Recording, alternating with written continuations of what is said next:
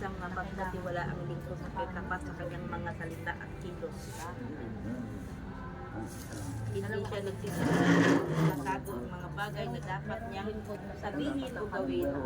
Na marunong mag-ingat ng diin. Pero meron lingkod na sa oras sa kagipitan, kung ang buhay niya ay nakasalanan. Tapat na Ibig talaga. sabihin niya yun.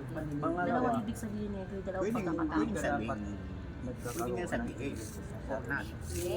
Ibig sabihin sa akin, dalawang, para sa akin ha. Dalawang ganyan. Yun ang kabawasan sa sa sarili mo na Doon na naninira yung ka, manira ka. Sino ba affected ba? tatago ka na ng mga totoo. Kasi nungaling nga na ilalabas. Yun ang ibig sabihin, kung paano hindi mo tapat ka talaga.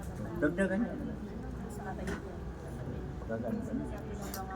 Yung mga salitong binasal. Ang katapatan. Para sa akin ang katapatan, buo. Madaling buo. Kahit na ano man ang mangyari, kung ikaw sa sarili mo, panindigan mo ay buo. Na hindi ka dapat magtanim ng galit. Alam mo, madaling magsabing Oo. tapat pero Meron din naman ganun, hindi ko naman nasasabi na perfect tayo, di ba? Pero kung ako lang gawin ko, gagawin ko talaga sa sarili ko na maging honest ako. Lalo sa grupo. gusto mo maging tapat. Ay, yes. Pagkababa,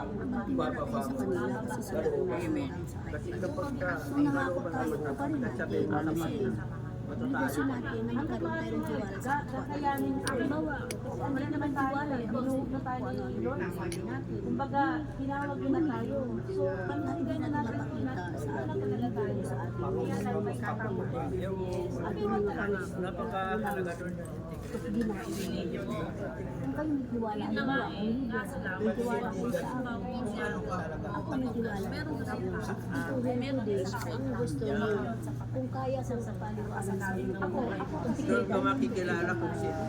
pag sinabi ako, Pag sinabi ko din na ganito, gagawin ko talaga hanggang kaya ko. Gagawin ko. nabitaw ka ng salita. Kasi pag hindi mo ginawa yan ang panindigan mo yung salita panindigan mo. mo na kunyari magkita tayo, pumunta ka sa araw na yun, hindi ka pala doon sila, may mga tao kasi pupurihin ka. Yung pala kabaliktaran yung sinasabi sa iyo. Ako okay yun. lang yun. Kung pangit ka, sabi ko, medyo may yung mukha mo. Pag hindi ko Panlilin lang gusto yung ang galay mo, hindi ko talaga gusto sasabihin ko. yung totoo. Hindi mo pinapanindigan yung sinasabi mo. Hindi mo ginagawa. Ibig sabihin, hindi mo pinanindigan. Ganun yun.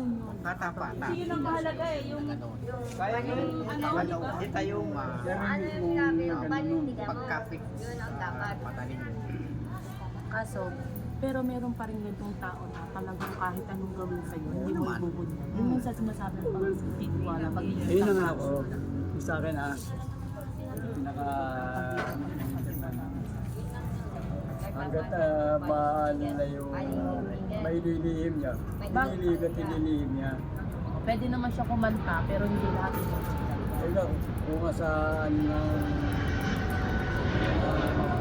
Oo. Pwede naman niya, pwede mo siya magsalita, pero hindi Talaga lahat pag ng sinabi ko, ayaw ko sa'yo. Ayaw ko talaga. Yung naambok lang. na Kasi gagawin naman ako eh. Pero pag sinugal mo, kaanuhan mo. Kasi sarili ko kaya eh, disiplina yun. Sinabi mo, ayaw ka sa'yo.